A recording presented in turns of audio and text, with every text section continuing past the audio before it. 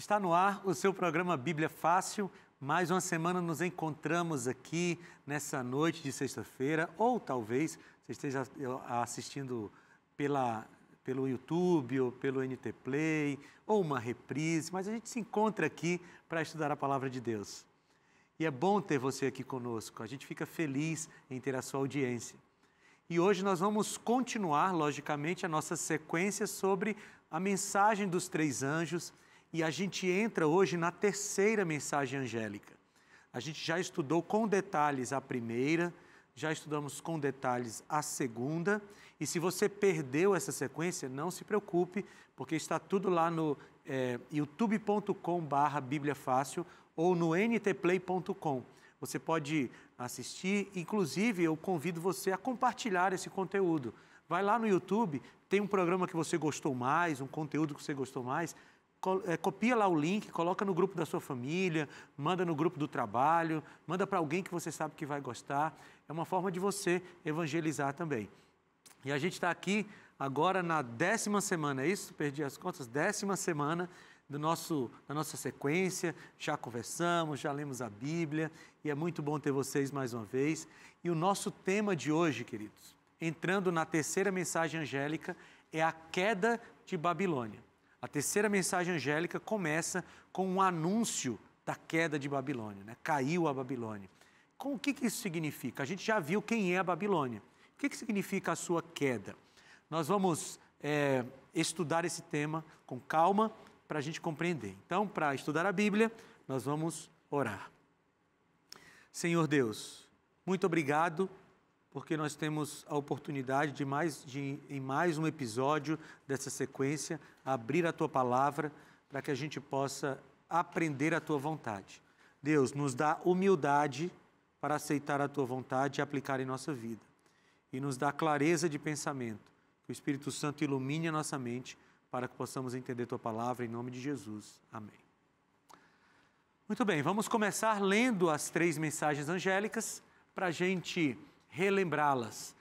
Que a primeira mensagem diz: vi outro anjo voando pelo meio do céu, tendo o evangelho eterno para pregar aos que habitam na terra, e a cada nação, tribo, língua e povo, dizendo com voz forte: temam a Deus e deem glória a Ele, pois é chegada a hora em que Ele vai julgar, e adorem aquele que fez o céu, a terra, o mar e as fontes das águas. Seguiu-se outro anjo, o segundo, dizendo: caiu a grande Babilônia, que fez com que todas as nações bebessem do vinho da sua prostituição. E agora a terceira. Um terceiro anjo seguiu, dizendo: se alguém adorar a besta e a sua imagem e receber a marca na testa ou na mão, também beberá do vinho do furor de Deus, que foi derramado sem mistura no cálice da sua ira. Será ainda atormentado com enxofre ardente na presença dos santos anjos e do Cordeiro. E a fumaça do tormento de tais pessoas sobe para todo sempre, para todos os que adoram a besta e a sua imagem, e para quem recebe a marca do seu nome, não há descanso dia e noite. Aqui está a perseverança dos santos, que obedecem aos mandamentos de Deus e permanecem fiéis a Jesus.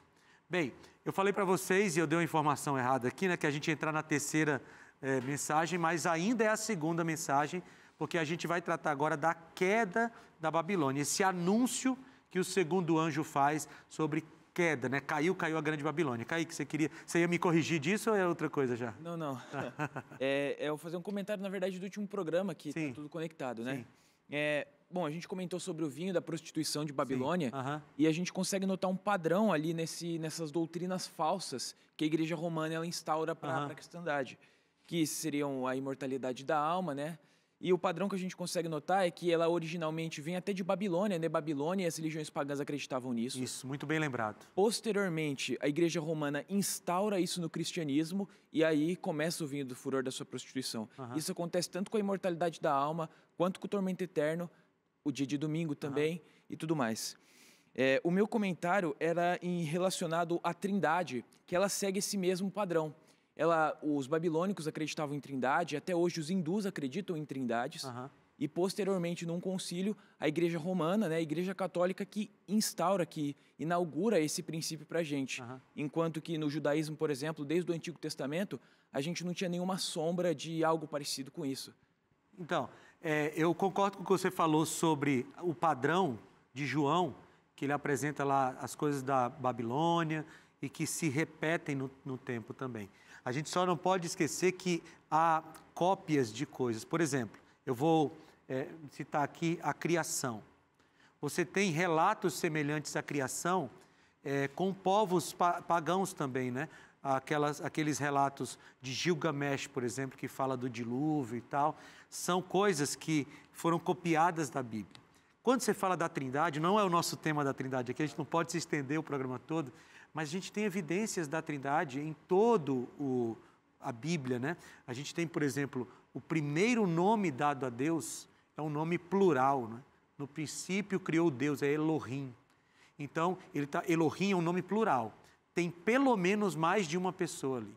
Depois a gente vê o Espírito Santo pairando sobre a face das águas, né? É um ser separado daquele que criou. E a gente vai ter esse padrão em toda a Bíblia. Então, eu te proponho uma coisa, a gente não vai conseguir fazer no ar, infelizmente, mas depois a gente pode conversar sobre essa questão da Trindade, porque você tem na Bíblia toda, pelo menos mais de uma pessoa aparecendo na Bíblia quando se fala de Deus. Né? Você tem no batismo de Jesus, tem os 3 aparecendo. Você tem Jesus conversando com o Pai. Né? A menos que Jesus fosse esquizofrênico, estivesse conversando com ele mesmo, tinha mais de uma pessoa na Trindade. Né? Quando ele diz que vai enviar outro Consolador, é outro semelhante a ele. Então, a gente pode conversar sobre isso, Kaique, nos bastidores, mas existem... O seu pensamento sobre as repetições lá dos padrões desde a Babilônia está muito correto, existe isso mesmo.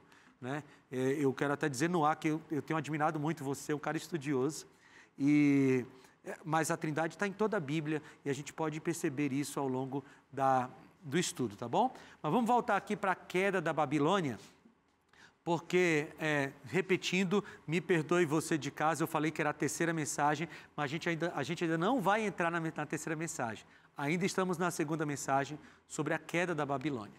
Muito bem, Apocalipse 14, versículo 8 diz, a gente está aqui ainda na segunda, seguiu-se outro anjo, o segundo dizendo, caiu a grande Babilônia. Ou seja, nós já vimos quem é a Babilônia, né? É a igreja romana. E a gente vê isso com muitos detalhes ao longo do Apocalipse. A gente, infelizmente, não teve tempo aqui de estudar todo o Apocalipse, também não era a nossa proposta, mas várias vezes você vai ver, por exemplo, uma besta com 7 cabeças, ou falando de 7 montes. Roma era conhecido na Antiguidade. Você vai ver isso, inclusive, na Bíblia de Jerusalém, que é a Bíblia dos católicos, né? Aquela Bíblia, uma tradução católica, que vai falar que a cidade dos 7 montes era Roma. Era uma forma de se falar de Roma. Então, quando você vê 7 cabeças, 7 montes, é tudo uma indicação bíblica para Roma, tá bom? Então, caiu a Babilônia, é a queda da igreja, do papado, melhor dizendo, tá certo? Da instituição papado. Em algum momento, essa instituição perdeu força. E ela perdeu força porque ela ganhou força. E a gente já viu aqui em alguns momentos, falamos sobre isso, mas a história nos mostra, né? Porque você tem ali o início do cristianismo. No primeiro século, você tem o cristianismo sendo perseguido, né? Especialmente ali por Nero, né? Que foi o responsável pela morte, por exemplo, de Paulo. Eu acho interessante porque Paulo chegou a pregar para Nero, né? E ele disse que muita gente da casa de Nero se converteu. O Nero não se converteu, né? Mas Nero perseguiu, matou cristãos. Mas à medida que a história avança, uma igreja unida com o Estado foi se fortalecendo até que o papado é estabelecido, especialmente a partir de 538. O que foi acontecer em 538? A última tribo bárbara, que era contra esse governo do papado, do bispo de Roma, que eram os ostrogodos, eles foram derrotados, e aí o papado se estabelece como um poder que não é apenas religioso, mas também é um poder político. E essa ligação entre o poder político e religioso, entre igreja e Estado, ela é importante ser compreendida no passado, porque esse padrão vai se repetir lá no futuro. De novo, está profetizado uma união entre igreja e Estado, e a gente vai estudar isso mais na frente. Muito bem. Isaías 21:9 nos faz entender melhor essa questão. Diz assim, ó: eis agora vem uma tropa de homens, cavaleiros de 2 a 2. Então ergueu ele a voz e disse: caiu, caiu Babilônia, e todas as imagens de escultura dos seus deuses jazem despedaçados por terra. Olha que coisa legal, né? Você vê que João está citando o Antigo Testamento. Essa é até uma forma da gente entender como a gente estuda a Bíblia. Né? Como é que a gente trata a hermenêutica bíblica? A hermenêutica é a ciência de interpretação da Bíblia. A gente estuda a Bíblia pegando um ponto aqui, comparando com outro ponto ali, vendo quais são os paralelos que existem. E você viu que João, ele citou literalmente Isaías. Isaías está falando da queda da Babilônia literal. Né? Foi inclusive Isaías, nós já vimos nos episódios anteriores, que profetizou que Babilônia nunca mais existiria como cidade. E aí aqui está o local de onde João tirou a citação caiu, caiu a Babilônia. Só que aqui era a Babilônia literal e lá em Apocalipse a Babilônia espiritual ou mística. A queda de Babilônia é um evento de cunho espiritual. Essa que João está citando, né? Isaías, como eu já disse, ele estava falando de uma queda literal, Babilônia caiu, embora Isaías também estivesse falando que o sistema religioso de Babilônia caiu, porque naquela época da Antiguidade, quando uma cidade vencia outra, era o Deus daquela cidade que vencia o Deus da outra cidade. Né? Então tinha muito isso, essa questão de disputa entre deuses. Mas a queda de Babilônia de Apocalipse é uma queda espiritual. E a queda é progressiva à medida que a verdade é restaurada. E a gente lembra de Daniel, porque Daniel disse que em algum momento a verdade que tinha sido derribada, tinha sido lançada por terra, seria restaurada. Então, funciona assim, olha, é uma coisa inversamente proporcional. Quanto mais a verdade vai sendo restaurada, mais a Babilônia vai se enfraquecendo. E a gente tem esse auge, ou melhor, um ponto forte, não é o auge ainda, mas um ponto forte para a gente ter essa avaliação ali na Reforma Protestante. Porque quando a Reforma veio com a mensagem da justificação pela fé, foi uma pancada forte na Igreja Católica. E isso vai sendo progressivamente até que um dia o poder político da Revolução Francesa prende o Papa. Eu já citei para vocês, a gente vai citar novamente, em 1798, acho que 12 de março, agora não lembro a data exata, mas foi em 1798, o general Alexandre Berthier, que era o general de Napoleão, ele prendeu o Papa Pio VI, Papa Pio VI, e aí você tem o que a gente chama de ferida mortal na profecia. Então, é uma queda progressiva. Não foi um evento assim, nesse dia caiu a Babilônia, mas ela foi caindo, tá certo? Assim como o seu poder foi progressivo também, né? Foi crescendo. Muito bem, antes da gente avançar, eu quero ajudar os meus amigos aí, porque eu fiz uma revisão agora, né? E a gente falou de queda de Babilônia, de verdade lançada por terra, verdade restaurada. E alguém que está chegando agora disse assim, pastor, vou desligar, porque eu não estou entendendo nada. Calma, não desliga.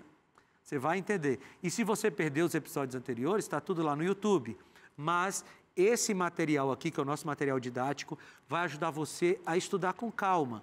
Gente, está tudo aqui, olha. Eu queria que vocês pudessem folhear comigo essa revista, porque tem tudo aqui. Por exemplo, ó, é um tema que a gente não vai tratar, mas está aqui nessa revista. As 7 últimas pragas. Você sabe o que é, o que não é? São literais, são simbólicas. Aqui você vai conseguir entender. Então, deixa eu mostrar a capa da revista para vocês. É Bíblia Fácil, Apocalipse. Você pode pedir esse material. Você está perguntando, mas quanto é que eu vou pagar por esse material? Nada. Os anjos da esperança já pagaram a produção, já pagaram a impressão e o envio para a sua casa. Você só precisa pedir. Acredite em mim, você só precisa pedir. Tem esse WhatsApp aqui que está aparecendo na tela, manda uma mensagem para ele dizendo assim, eu quero a revista do Apocalipse. Você vai receber de volta um link. Clica nesse link, preenche o cadastro, clica no botãozinho enviar e aí é só esperar que vai chegar na sua casa pelos correios. Ou você pode entrar agora em novotempo.com/escola bíblica. novotempo.com/escola bíblica. Lá você vai encontrar a imagem dessa revista. Clica nela, vai abrir o formulário e aí você preenche e é só aguardar que a gente vai mandar para sua casa sem custo. É porque a gente quer que você conheça mais a Bíblia, tá bom? Vamos continuar então. A gente já viu que a Babilônia vai cair. E aí, que ordem Deus dá aos sinceros cristãos que ainda estão em Babilônia? Apocalipse 18, 2 a 4. Leia comigo aí, Apocalipse 18. Apocalipse 18, 2 a 4. Você já abriu em Apocalipse aí, Fernanda? Por favor, lê capítulo 18, versículos 2 até o versículo 4. Então exclamou com potente voz, dizendo: Caiu, caiu a grande Babilônia, e se tornou morada de demônios, covil de toda espécie de espírito imundo e esconderijo de todo gênero de ave imunda e detestável. Pois todas as nações têm bebido do vinho do furor da sua prostituição. Com ela se prostituíram os reis da terra. Também os mercadores da terra se enriqueceram à custa da sua luxúria. Ouvi outra voz do céu, dizendo: Retirai-vos dela, povo meu, para não serdes cúmplices em seus pecados e para não participardes dos seus flagelos. Muito bem. Esse texto é um texto muito esclarecedor quando a gente entendeu tudo que a gente entendeu até agora, né? Porque a gente entendeu que Babilônia é a Igreja Católica Apostólica Romana, e olha o que o texto diz. Essa caiu, né? É uma repetição do que a gente acabou de ver lá na segunda mensagem angélica. Caiu a Babilônia. Ela se tornou morada de demônios. Ela se tornou detestável, ela serviu o seu vinho, com ela se prostituíram os reis da terra, né? E a gente viu que na antiguidade a Igreja Católica assumiu poderes políticos e poderes religiosos, inclusive durante a Idade Média quem coroava os reis eram os papas, né? E à custa dela se enriqueceram muitas pessoas. Mas aí ele diz, ouvi outra voz. É como se ele estivesse aqui repetindo o que a gente estudou em Apocalipse 14. Né? E aí ele completa dizendo, ouvi outra voz do céu, dizendo, retirai-vos dela, povo meu, para que não serdes cúmplices em seus pecados e para não participardes dos seus flagelos. Duas coisas importantíssimas aqui. Primeiro, tem povo de Deus dentro da Babilônia e das suas filhas, tá? Essa história de que o povo de Deus está apenas em uma igreja, ela não é um ensinamento bíblico, mas em algum momento da história, todos aqueles que são de Deus, que escolheram Deus, vão sair e se unir a um só povo, ok? É o que a gente está vendo aqui. Sai dela, povo meu. Essa é a primeira coisa que é importante. Então, nós temos que ter carinho por todas as pessoas de todas as religiões, respeitá-las, porque existe povo de Deus em todas elas. Mas em algum momento, esse povo de Deus vai despertar, vai aprender o que a gente está aprendendo e vai sair. E é um convite, é um imperativo, sai dela, retira-se dela, povo meu. Por que o povo tem que se retirar? Segunda coisa que é importante. Porque quem está se torna cúmplice dos pecados e vai receber os flagelos, o castigo. O cúmplice não é aquele que comete o crime de maneira direta, mas é aquele que de alguma forma apoia, ou dando apoio moral, ou dando apoio logístico para o crime. O que o texto está dizendo é que quem está dentro de uma denominação, dentro de uma igreja, que bebe do vinho da Babilônia, é cúmplice dos seus pecados. E se não sair, vai participar do flagelo. Eu sei que isso é duro, porque talvez você esteja na sua igreja há anos Talvez você tenha carinho pelas pessoas da sua igreja. Você goste do ambiente, você cresceu aí. Mas não sou eu que estou dizendo isso para você. E é por isso que eu falo isso com muita tranquilidade.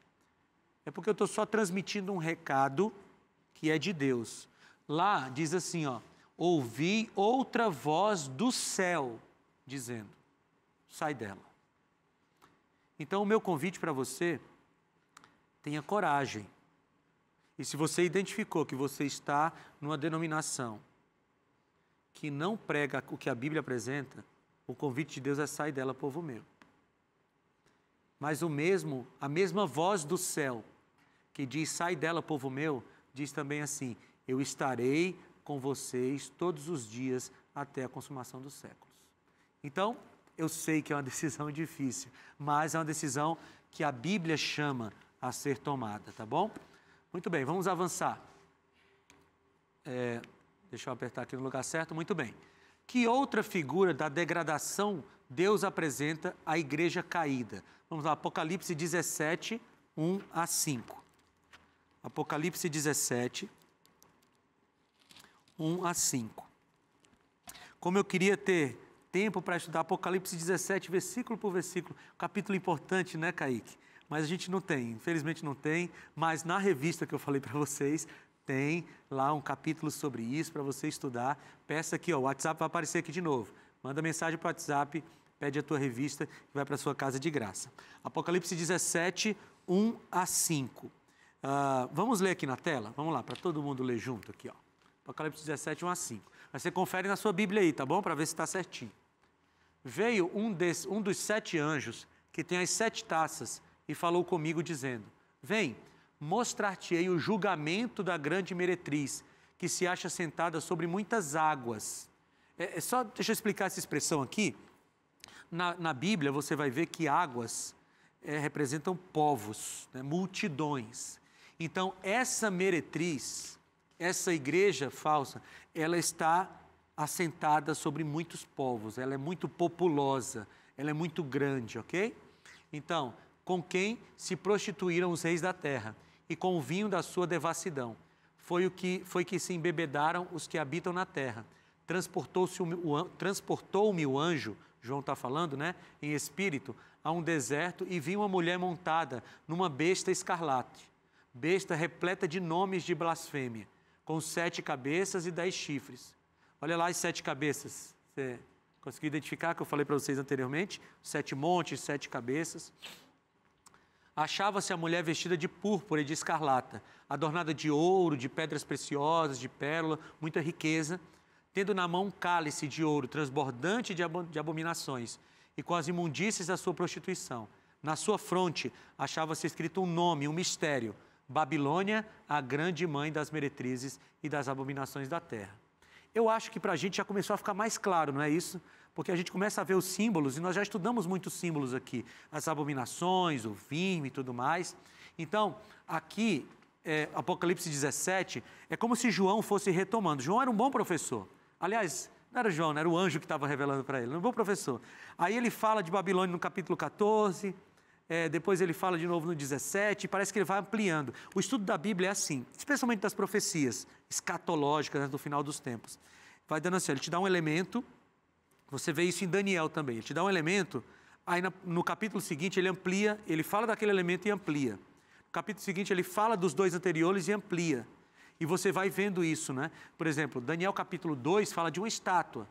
Aí tem cabeça de ouro e tal, peitos e braços de prata, são os reinos.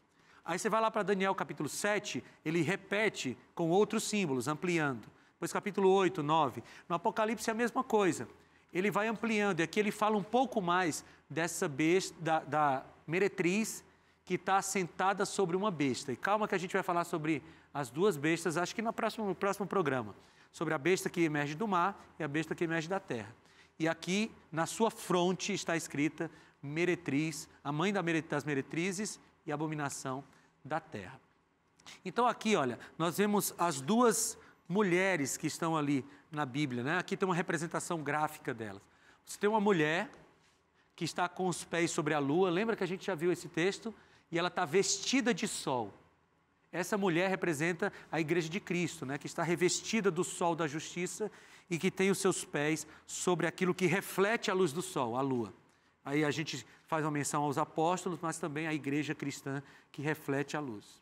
Do outro lado, você tem outra mulher, uma meretriz com o vinho das abominações e está sentada sob uma besta de 7 cabeças, né? Fazendo uma menção a Roma e a essa prostituição que, de alguma forma, ela passa para todas as pessoas. Vamos lá, vamos dar uma respirada. Uma respirada para a gente assentar o conhecimento, né? Oi, pode falar, Macalister. Coloca o microfone mais perto da boca. Apocalipse capítulo 17. Nós que somos evangélicos, a gente sempre conseguiu enxergar realmente Roma, né? Uhum. Essa prostituição religiosa, esse caminho aí apostólico romano, né? Uhum, sim. O problema é que uma coisa que eu não conseguia identificar, e agora eu identifico, que os reis da terra, eles recebem desse vinho e embebedam muitas pessoas. Eu acredito que esses reis da terra, como o senhor disse aqui no programa anterior, o senhor ouviu o Papa numa reportagem dizendo que a Igreja Católica é a mãe de todas as igrejas. Uhum. Nesse sentido de que as igrejas saíram dela. Né? Uhum, sim. Seria que esse embebedar, né, dos reis da terra, os reis da terra poderiam ser os líderes que vão espalhando essas doutrinas, né? Porque esse vinho está ligado ao campo doutrinário, imortalidade da alma, a guarda do domingo, ou pequenos trechos da Bíblia que as pessoas pegam falando que não existe dia nenhum para se guardar, ou para escolher o dia que a gente quer guardar, tal. Isso, ó. Poderia ser os reis da terra? Esses reis da terra simbolizam líderes religiosos, mas de maneira especial. A gente tem que lembrar que durante a Idade Média funcionava uma espécie de retroalimentação. Os papas nomeavam os reis e os reis instituíam a religião católica como sendo a religião oficial. Durante muito tempo, a religião oficial foi a Igreja Católica, especialmente na Idade Média. E era proibido ser de outra denominação. Então, os reis da terra serviam esse vinho porque eles obrigavam politicamente as pessoas a serem católicos. Era uma religião instituída, oficial. Esse que você levantou é muito importante, porque essa ligação entre a religião e política, igreja e Estado, marcou muito o início do poder da Babilônia. Né? A Babilônia, ela se estabeleceu como uma igreja ligada ao Estado. Né? Igreja e Estado estão muito próximas. Hoje a gente tem uma religião, especialmente evangélicos, ou pelo menos era até algum tempo, a gente se posicionava contra a união entre igreja e Estado. Nós não queremos, nós não aceitamos, porque todas as vezes que a igreja se uniu com o Estado, foi ruim para os dois, para o Estado e para a igreja especialmente. E a Bíblia diz que no futuro, essa união entre igreja e Estado voltará. A gente vai ver isso com calma nos próximos capítulos. Mas os reis da terra estavam unidos à igreja. E eles serviram esse vinho porque eles tinham, de alguma forma, obrigavam as pessoas, ou instituíam essa religião como sendo oficial, politicamente falando. Entende? Você está gostando do estudo? Então não sai daí, porque a gente volta já já com mais Bíblia Fácil.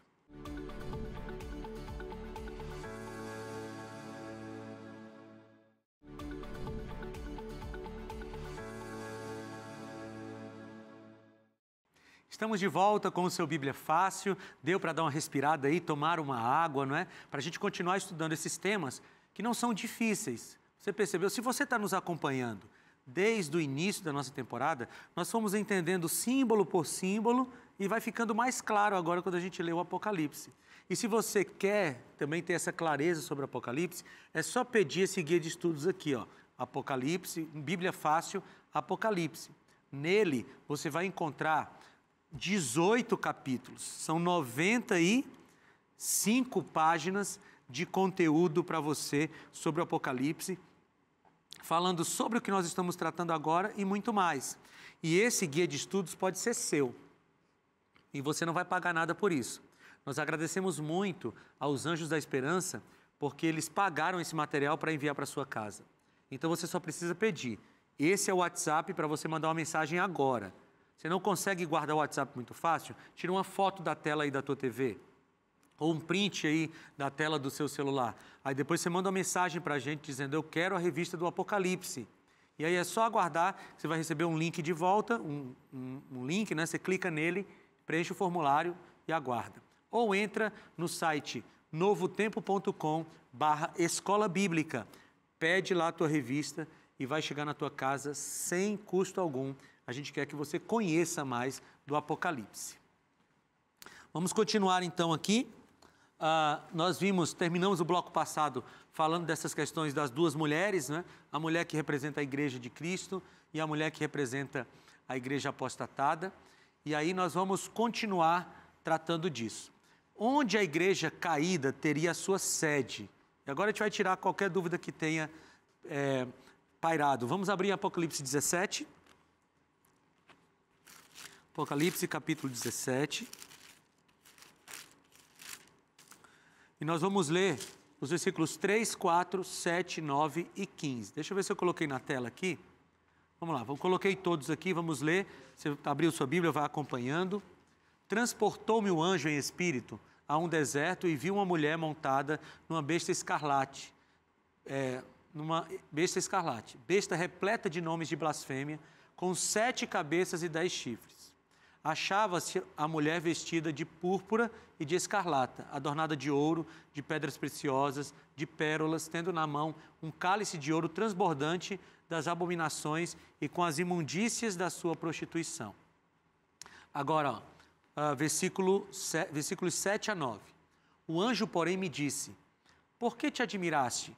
Dir-te-ei o mistério da mulher e da besta que tem 7 cabeças e 10 chifres, e que leva a mulher. A besta que viste era e não é, está para emergir do abismo e caminha para a destruição.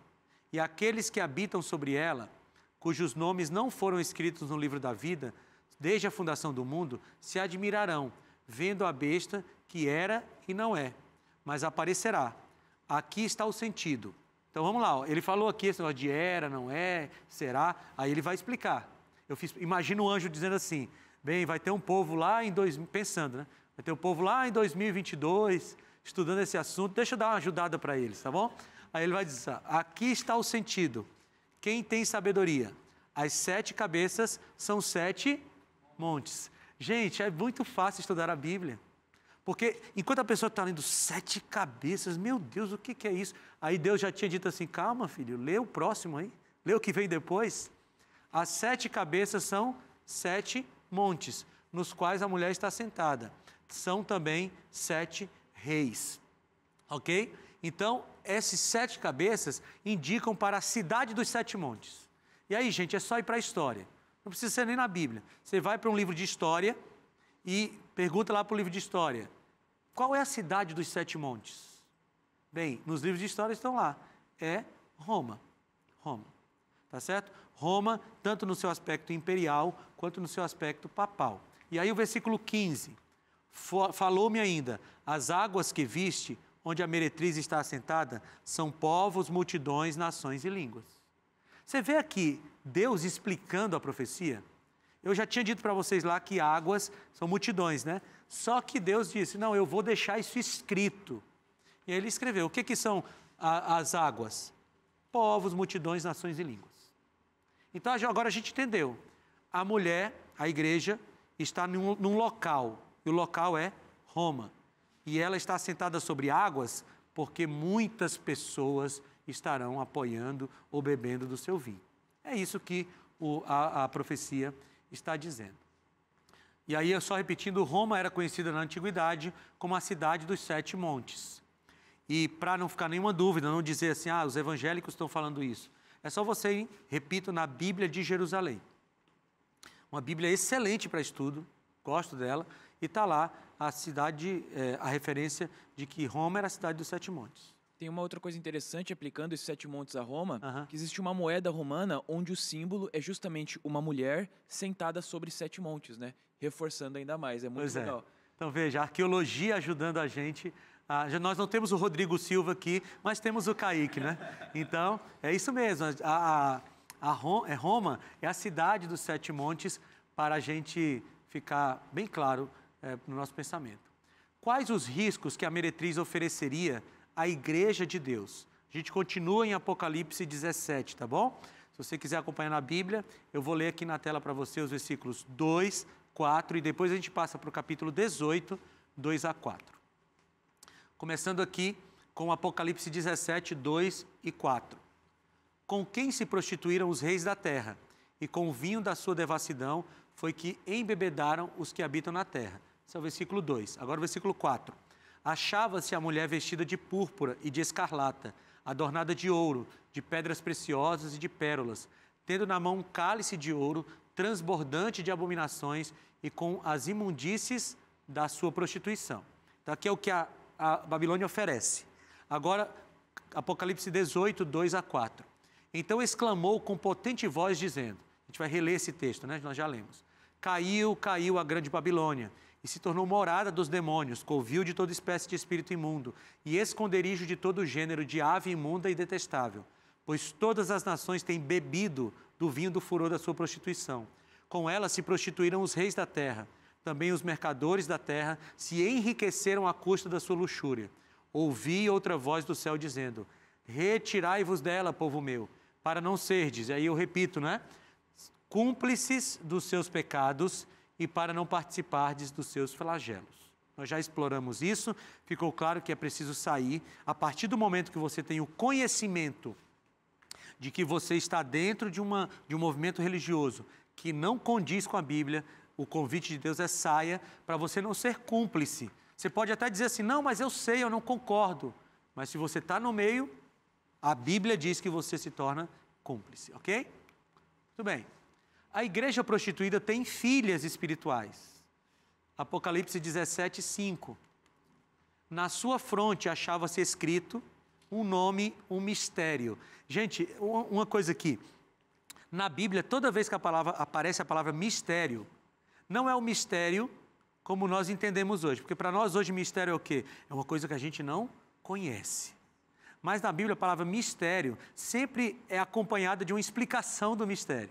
Ok? Então, está escrito um mistério. Babilônia, a grande mãe, a mãe das meretrizes e das abominações da terra. Então, a Babilônia tem filhas. Filhas que estão fisicamente separadas dela, mas espiritualmente unidas. Doutrinariamente unidas. Ok? São as filhas de Babilônia. E por que razões Deus castigará a Babilônia? Apocalipse 14, 8 é o texto da segunda mensagem angélica, nós vamos ler aqui na tela. Seguiu-se outro anjo, o segundo, dizendo, caiu, caiu a grande Babilônia, que tem dado a beber a todas as nações do vinho da fúria da sua prostituição. Por que ela vai ser punida? Porque ela tem dado a beber a todas as nações. Eu vou falar uma coisa para você de casa aqui. Todas as pessoas que têm dado a beber de doutrinas falsas, têm dado a beber a pessoas de doutrinas falsas, receberão a mesma punição. Sabe, a Bíblia tem tratamentos bem específicos para quem é enganado e para quem é enganador. Se você abrir a sua Bíblia na epístola, na carta de Judas, lá no finalzinho, pertinho do Apocalipse, você vai ver que Judas ensina que a gente trate as pessoas que são enganadas com muito carinho, tentando ajudar, tentando esclarecer, mas ele diz também para a gente tratar as pessoas que são as enganadoras com vigor, com força, repreendendo. Então, se você é uma pessoa que até hoje estava sendo enganada, não se preocupe, Deus tem muito carinho. E Ele está te salvando à medida que Ele vai te mostrando as verdades. Mas se você é alguém que engana, se você é alguém que está levando doutrinas falsas para as pessoas, se converta em nome de Jesus agora. Porque ainda há tempo. Porque se você continuar enganando as pessoas, você vai ter o mesmo destino da Babilônia e das bestas do Apocalipse. Isso é muito sério mesmo. Muito bem. Qual o convite e conselho de Deus para o seu povo? Estamos fazendo uma revisão aqui de coisas que nós já vimos. Apocalipse 18:4. Ouvi outra voz do céu dizendo: retirai-vos dela, povo meu, para não serdes cúmplices em seus pecados e para não participardes dos seus flagelos. Muito bem. Que conselho inspirado Pedro deu àqueles que descobriram a verdade? Vamos lá para Atos. Atos capítulo 2. Atos foi escrito por Lucas e ele reproduz aqui palavras de Pedro. Pedro falando no seu sermão, ali no dia do Pentecostes, ele diz uma coisa para aqueles que descobriram a verdade. Atos 2, 37 e 38. Ivonete, você achou já? Você pode ler para a gente? Pega o microfone e lê para a gente, por favor. Atos 2, 37 e 38. Ouvindo eles estas coisas, compungiu-se-lhe o coração e perguntaram a Pedro e aos demais apóstolos: que faremos, irmãos?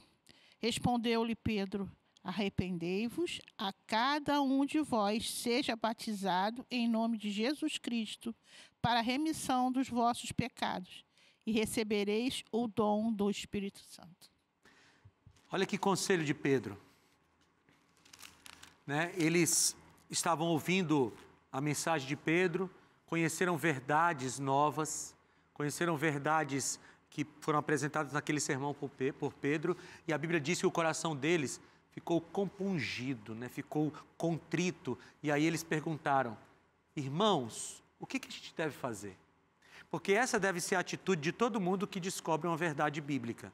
E agora, o que eu tenho que fazer? Porque a verdade bíblica sempre nos leva a uma ação. A Bíblia não é um livro de filosofia, que a gente pode ficar só na ideia, só pensando e acabei, já pensei muito e tal, vou fazer alguma coisa diferente. A Bíblia não, a Bíblia ela é um livro que tem uma filosofia de vida muito clara, mas ela nos leva à ação. Bem, ele perguntou: irmãos, o que faremos? E Pedro respondeu: arrependei-vos, ou seja, você estava no erro, se arrependa. E cada um de vós seja batizado em nome de Jesus. Porque o que é o batismo? O batismo é uma demonstração pública daquilo que você aceitou internamente. Uma demonstração pública de que você quer ser um discípulo de Jesus. E próprio Jesus falou em Marcos 16:16. Quem crê e for batizado será salvo.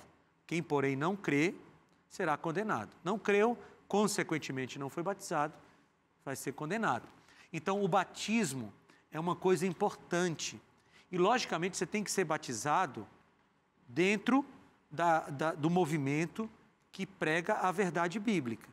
Porque se você se submete a um batismo dentro de um movimento que é filho de Babilônia, você não está tendo o batismo de Deus. Então, o convite dele era batismo.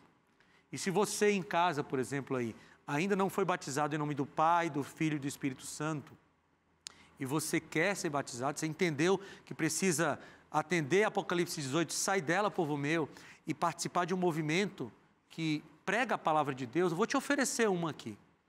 Você pode entrar no site, que vai aparecer aqui na tela agora, é encontreumaigreja.com.br. encontreumaigreja.com.br. Nesse site, você vai colocar o seu endereço e vai sair ali a igreja mais próxima, a igreja adventista do sétimo dia mais próxima da sua casa. Hoje é sexta-feira, se você está assistindo o inédito. Amanhã pela manhã, no sábado de manhã, você vai lá na igreja próxima da sua casa, você vai dizer assim: o pastor Felipe pediu para eu vir aqui, o pastor Felipe do Bíblia Fácil. E ele disse que vocês me ajudariam a ser batizado.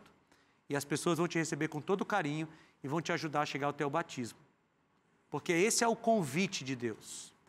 Seja batizado em nome de Cristo Jesus para a remissão dos vossos pecados e recebereis o dom do Espírito. É preciso decidir ficar do lado certo. Não adianta só conhecer. E eu volto a citar Tiago, que eu já citei algumas vezes aqui. A fé sem obras é morta. E ele diz lá: se você conhece, mas não pratica, você não é melhor que os demônios, porque ele diz, os demônios creem e estremecem, porque eles sabem do poder da palavra. Mas a gente precisa praticar, a gente precisa dar um passo. Esse é o convite de Deus. E sabe, eu não conheço vocês profundamente. Eu não sei que tipo de decisão você tem que tomar para se alinhar ao que a Bíblia diz. Mas eu sei que todos têm decisões difíceis a fazer. Talvez seja no trabalho, talvez seja na vida espiritual, talvez seja relacionado à família, aos amigos. Todos nós temos que tomar decisões difíceis. Eu lembro da minha mãe. Minha mãe era de uma outra denominação e ela conheceu essa verdade bíblica. Foi a irmã Rita que deu o estudo bíblico para a gente. Era uma senhora já bem velhinha, mas ela ia na nossa casa todo dia dar o estudo bíblico. Chegou uma hora que a minha mãe teve que tomar uma decisão séria. Eu e meu irmão, nós éramos crianças, né? Eu tinha 9 anos, meu irmão tinha 6 anos. Então, a minha mãe tomou a decisão e nós acompanhamos. Não foi fácil, mas ela tomou a decisão certa. Isso já tem 30 e tantos anos. No momento ali foi difícil, mas depois a gente viu que foi a melhor decisão que foi tomada. Eu gosto dessa imagem, sabe? Jesus de mão estendida, assim, dizendo, filho, vem. Mas Jesus não nos toma pela mão e nos arrasta. Quem faz isso é o diabo. O diabo nos puxa para o mal.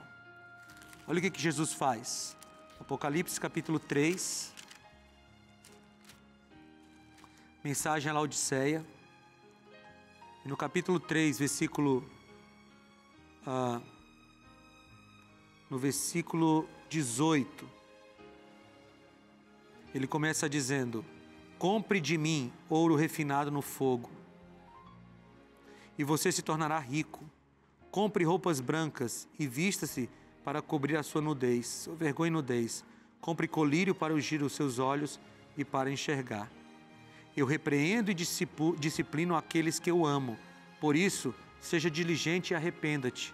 E o 20, eis que estou à porta e bato.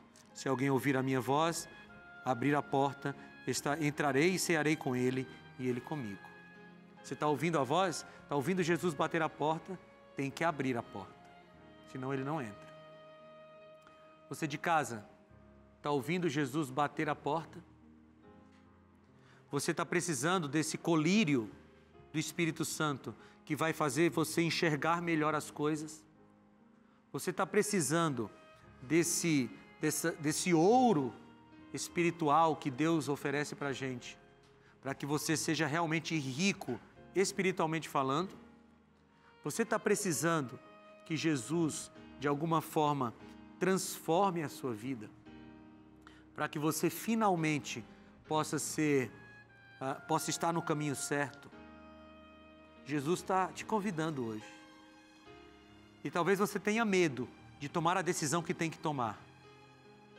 Bem, o medo faz parte da natureza humana pecaminosa. Mas você não pode deixar o medo atrapalhar você e fazer você não tomar a decisão que tem que ser tomada. Mesmo com medo, decida-se pela Bíblia, porque a Bíblia diz que se você tomar a decisão por Jesus, Ele estará com você todos os dias. E com Ele, nada vai abalar você. É hora de tomar decisão. Tome essa decisão enquanto você ouve essa música.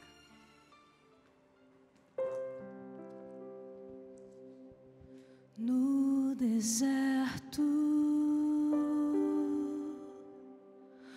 de quem eu fui, eu tinha sede. Veio Cristo e tudo se fez diferente.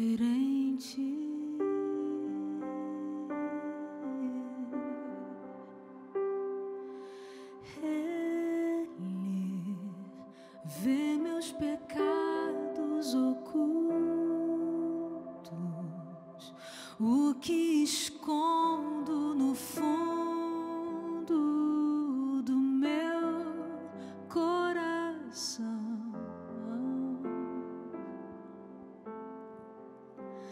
derrama em minha vida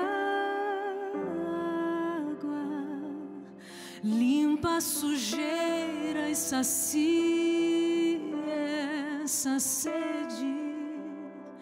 O que Cristo oferece, Ele é. No escuro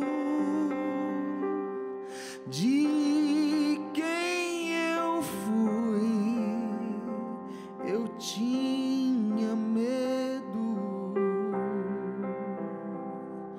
Veio Cristo e tudo se fez diferente.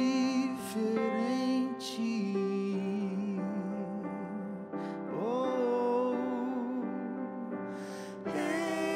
Ele enxerga o que vejo no escuro, o que escondo do mundo no meu coração, e espalha o barro que ainda faltava. Abre a janela pra luz me encontrar. O que Cristo oferece, Ele é. Luz do mundo, Água viva, Cristo, Ele é. Cristo, Ele é. Cristo, Ele tira o pecado do mundo,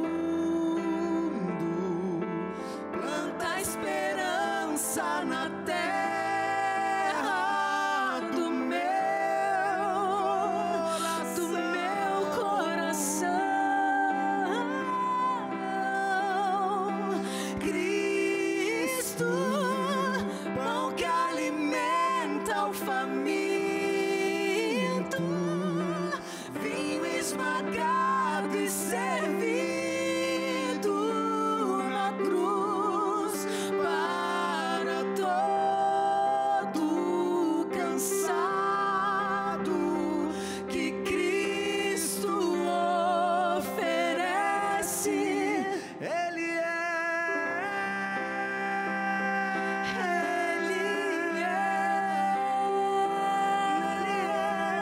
Ele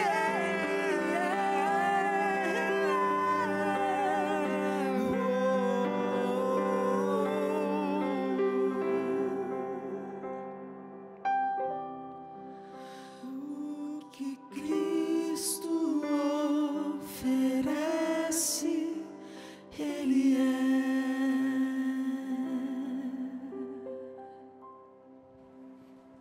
Que lindo, não é?